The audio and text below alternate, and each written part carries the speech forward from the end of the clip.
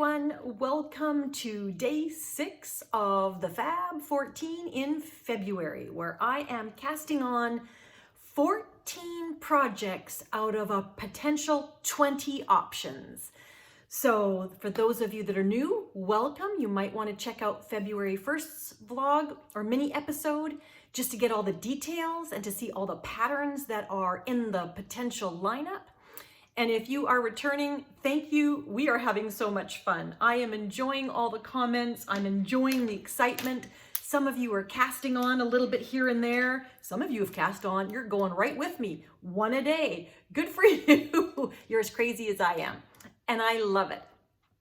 This channel is all about my adventures and misadventures in crafting, knitting, mostly knitting, a little bit of crochet, a little bit of spinning. But this 14 days of February is all about casting on 14 out of the 20 projects that I really want to get to, and I've been really thinking about over time, but something else keeps getting in the way or attracting my attention, and I never get to these patterns. So that is what I'm trying to do. We are on cast on number 6 today. But before we do that, we're going to review how I did with cast on number 5. Now I'll put a picture up here. This cast on number 5 was the winter, I had to think about it, the winter berry socks. And by This Handmade Life, Olivia of This Handmade Life. And I chose my Shirley Bryan yarns in her 70% merino, 10% yak, and 10% nylon, I think. 70% merino, 20% yak, 10% nylon. Yes, it's a beautiful base in the color Braverman, which is this lovely rosy plummy color. Nice, very deep, rich color. So, yay me, I cast on. You've seen in the video that I followed Andrea Mowry's tutorial on the German twisted cast on, or twisted German cast on. Ribbed cast on, and I have to say I really like that technique. It wasn't hard to do, and it's very stretchy, super stretchy. So that might be a new go-to for casting on socks. Takes a little longer, but it really does create a very nice stretch if you are doing a cuff down sock, which is what this is. Now this pattern called for fingering weight yarn using a 2.5 millimeter needle, and it came in 2 sizes, a women's medium and a women's large. The women's medium was casting on 68 stitches. The women's large was 72.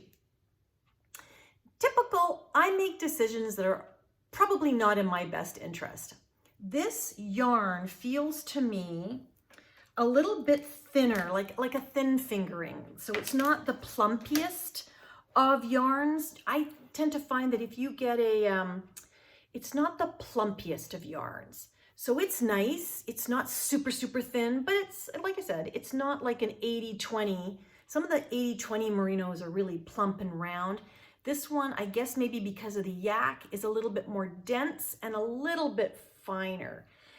And so I was concerned about the loosey-goosiness of a 2.5 millimeter needle for this yarn. So in my infinite wisdom, foreshadowing, I decided to go with a 2.25 millimeter needle and cast on the 72 stitch, the larger size.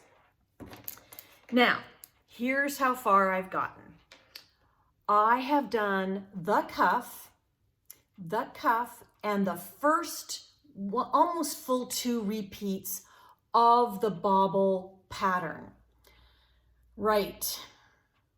So you might not be able to see it in this picture, but I have to undo this. Okay, folks, this was an epic fail.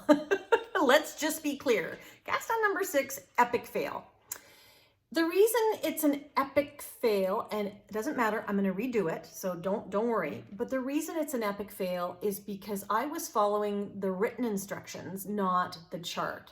Linda, follow the chart. You're better at reading charts, apparently. My baubles are all off. You might not be able to see it, but it's supposed to have clusters of 2 baubles everywhere. And I have a few clusters, but then I have these these wayward ones. I've got clusters over here, I think, yes. But then I've got these single baubles on this side and no cluster happening. I don't know. And then on the back side, I've got a little bit of the crossover cabling happening on the back side of the sock, but only that portion of it. Problem number 1. So problem number 1, I can't read a written pattern when I'm doing cabling and baubles. Apparently, I have to follow a chart. So it has to come undone. Secondly, the cuff is perfect in the 2.25 millimeter needle. Love that. This section, you need the 2.5. I do, the 2.5 millimeter. I am too tight. So I'm trying to figure out, I'm thinking in the leg, I'm going to switch to 2.5 millimeter for the leg, but then when I get to the foot, I think I'm going to switch 2.5 for the top of the foot and 2.25 for the bottom of the foot, because I don't want to feel the stitches. And again, I feel that this yarn is still a little thin for a 2.5 millimeter needle on the bottom of my foot. The stitches will be a little bit loose and I might feel that texture. And so I don't like that. I like a smaller, a tighter gauge on the bottom of my foot. But to accommodate the baubles and the pattern, I think the top I will do in 2.25 and the back needle I will do in a 2.5. Did I say that? 2.5 for the top for the pattern part and 2.25 for the bottom. So, oh, what a hassle. This was honestly fun to do. It is slow. It's something that I'm going to keep this ribbing. I'm going to cast on the second sock for the ribbing, and I'm going to do them in tandem, not 2 at a time. I will do them 2 at a time, but not magic loop. I will do them 2 at a time concurrently and basically do 1 repeat on one sock and then 1 repeat on the next sock, put it down, come back, do 1 repeat, put it down. I think it is an 11-row repeat, and it's fun to do. It is not hard to do it at all. You don't need a cable needle. I'm comfortable in holding those 2 little, because it's cable 2s front and back. I am comfortable holding those stitches front and back with my fingers. That said, using a cable needle, if that's your preference, by all means, if you feel that you're going to lose the stitches, but I'm comfortable to actually pinch them and hold them. But I'm so disappointed. I am totally off. This does not look at all like Winterberries. It just looks like random baubles put all over my sock with cables that don't line up. So, epic fail number 1. It is what it is. So, happy with the pattern, not happy with Linda's execution, but we will just continue on. Now, success on the other hand, I did finish my stained glass socks. Hope you can see those. My stained, sorry for the shadowing, my lighting is, it's very dark this morning. My stained glass socks by the Monroe sisters, and I finished my 2 socks. I love them. I did have troubles with my color work and trying to not have a gap for the heel. For some reason, I had a gap and I had to just do some stitch work to sort of close that gap. I'm not too sure. I think it's because color work for me, magic loop in socks is difficult.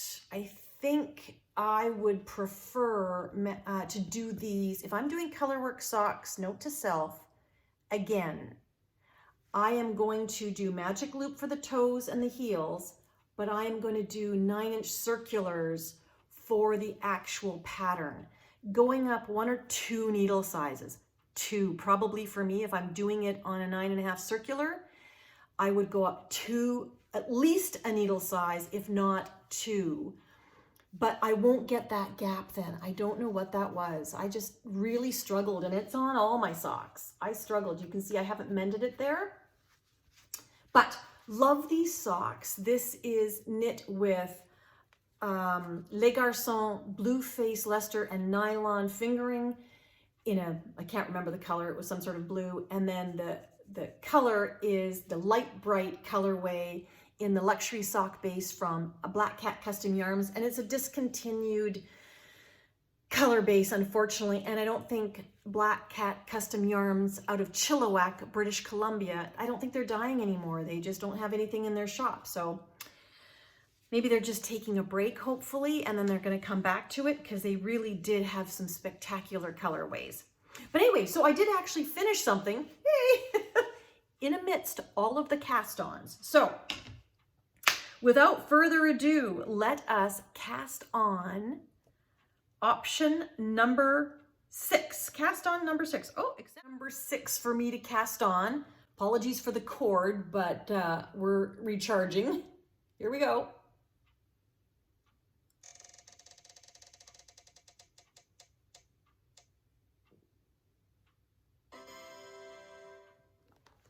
Okay, baker's hat. Excellent. So the baker's hat is a pattern that I have made before. While I'm excited to knit this one, I'm not super excited to knit this one. I do want to make it, don't get me wrong. It's just that I just made one. But I do want to make a hat to match my Stephen West shawl and the fingerless mitts that I recently finished. So let me go get the pattern and the yarn, and we'll do a little bit of a review. Okay, so just before we review the pattern, just as a reminder, this is the shawl and the mitt, the fingerless mitts that I'm trying to match. This was Stephen West's 2025 knit along, make along, which was called the Musicale shawl. And it has all of this beautiful brioche and basket weave stitch. And it's got these beautiful eyelets and waves, and it has these spectacular scallop features. So you can sort of see it's got these, I don't know what these ones were called. These were called, I can't remember what they were called, but anyway. So a combination of different brioche stitches and mosaic knitting with these little puffs in between. So a whole variety of stitch patterns. They're so much fun. But I knit this shawl, and then with the leftovers, I knit these Everything November mitts by Jen Yard, pardon me, to match, sort of coordinating. And now I want to do a hat so that I'll have the full ensemble. So the baker's hat is an easy pattern. I really enjoyed knitting it the last time. So I have a lot of one of the main colors, and this is deep stash yarn. I got this from Sweet Skein of Mine. Amanda was destashing, and she had several skeins of this blue that she had dyed herself, didn't want it for whatever reason. And this is her 75-25 sock base. And I hold it together with the Knitting for Olive silk mohair in the ice blue color. So these two are going to end up being the baker's hat. Now the pattern's actually called My Baker's Hat. And it's an Emily Russell design. It's a beanie, and it's actually a worsted weight pattern where you're using a 4mm needle. Love this pattern. It is a quick knit. It is an in your purse when you're in a lineup. It's just like socks, very easy. And then it has a very easy decrease at the top, which makes it perfect. And you only need 150 yards worth of this yarn. Now it's supposed to be worsted. So what I'm doing is I'm holding this double with the mohair, and that pretty much gives me the right gauge. I've made this pattern before. It is only one size, and it's quite stretchy. So you get a good fit for anything from a 19-inch to a 23-inch head. So that's good. You can add a little depth if you need to. Obviously, it's bottom up in the round. It's got ribbing for the cuff. So it does have a folded brim. So it's a rib 2x2 brim, and then just stockinette on the top, which really adds nice. I was looking at the Oslo hat by Petite Knit, and I do want to make one of those, but it is all stockinette on very fine needles. So I just wasn't too into that at the moment, given that I'm casting on all these things at the same time. But this is a pattern that I'm very excited to be knitting again. So I started saying I wasn't all that excited, but I am excited, but I'm not because it's not new to me, but I am excited because I want to have an ensemble. So, you know, hey, it is what it is. But highly recommend this pattern. It has been very successful for me. I think this is my third time actually knitting it as a whole. But yeah, so this is going to be the ensemble. And I'm trying to do that with a lot of my accessories to make sure that I have mitts and a hat that kind of match or are coordinated in some way. They don't have to be matchy-matchy, but coordinated in some way. So that makes it a little bit more fun for me creating a wardrobe. And again, deep stash, this was all deep stash. This is deep stash, so win, win, win, win, win. So no new skills for me to learn on this one. I really enjoyed relearning the cable cast on for the 1908 sweater. Really enjoyed learning for the first time the German twisted ribbed cable cast or ribbed cast on. I've never done that before, but Andrea Mowry has a really good tutorial. I'll try. I'm not good at linking things, folks, so I'll just make sure I reference it in this video, the exact name of the video. If I can link it, I will try doing that for you because it was really worth watching. So anyway, that is day 6 of my FAB14 in February cast on. So hope you enjoy, and I will talk to you all tomorrow. Take care. Bye-bye.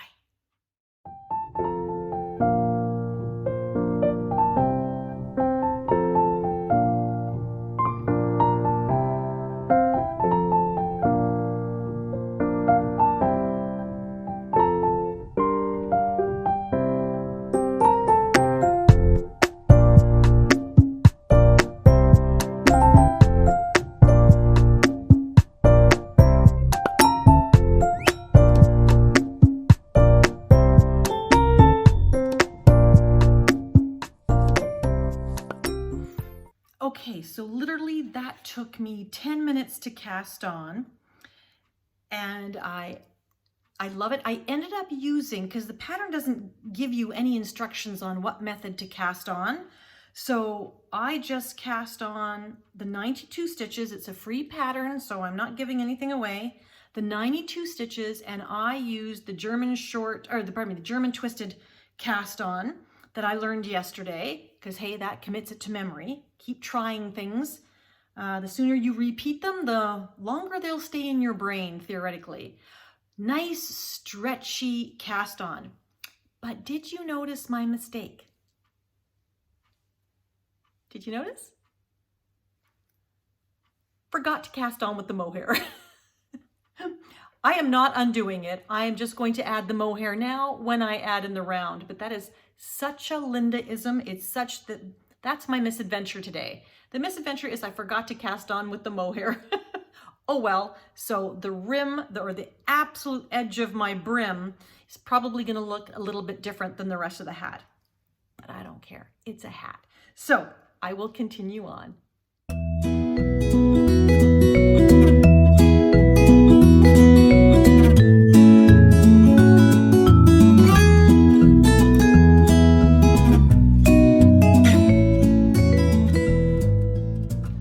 OMG, people. This casting on business is obviously getting to me because I just had to pick it back out because it's actually a 1x1 rib, not a 2x2 rib for the brim. And I failed to join the round. I just started knitting the same side. I forgot to join it in the round. Oh my goodness. I do not know what to say about myself, but hey, these are all the adventures. So third time lucky, gonna join it in the round this time, going to add the mohair this time, and going to do 1x1 ribbing. On that note, I will leave you for today, and I look forward to seeing you tomorrow. And let's see how I manage through this particular knit. I was overconfident on how comfortable I was, and I am now just making a mess of everything. So anyway, all good, all fun. And so I look forward to sharing my progress with you tomorrow. Take care, everyone.